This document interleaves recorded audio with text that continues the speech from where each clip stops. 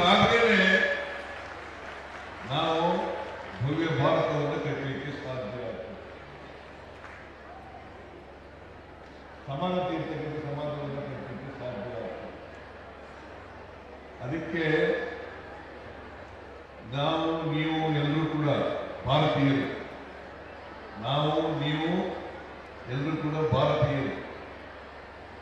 ಆಮೇಲೆ ಮುಸಲ್ಮಾನರು, ಹಿಂದೂ, ಕ್ರಿಶ್ಚಿಯನ್ ಆಗ್ತಕ್ಕಂಥದ್ದು ಆಮೇಲೆ. ಅದರಿಂದ ನಾವೆಲ್ಲರೂ ಕೂಡ ಭಾರತೀಯರಾಗಿ ಭಾರತವನ್ನು ಕಟ್ಟೋಣ, ಪರಸ್ಪರ ಪ್ರೀತಿ ಮಾಡೋಣ.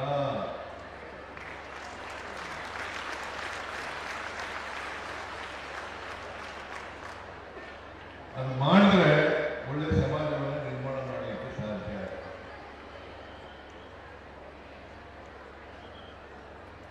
ದ್ವೇಷ ಬಿಡೋಣ, ಪ್ರೀತಿ ಮಾಡೋಣ.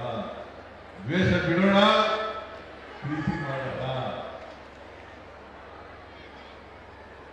ಮತ್ತೊಮ್ಮೆ ವಿದ್ಯಾಸಂಸ್ಥೆಯ ಕಟ್ಟಡವನ್ನು ಅತ್ಯಂತ ಸಂತೋಷದಿಂದ ಉದ್ಘಾಟನೆ ಮಾಡಿದ್ದೇನೆ ಅಂತ ಹೇಳ್ತಾ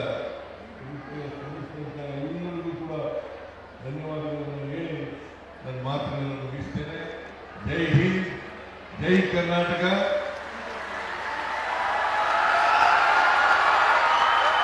ಜೈ ಸಂಗ್ರಾಮ್.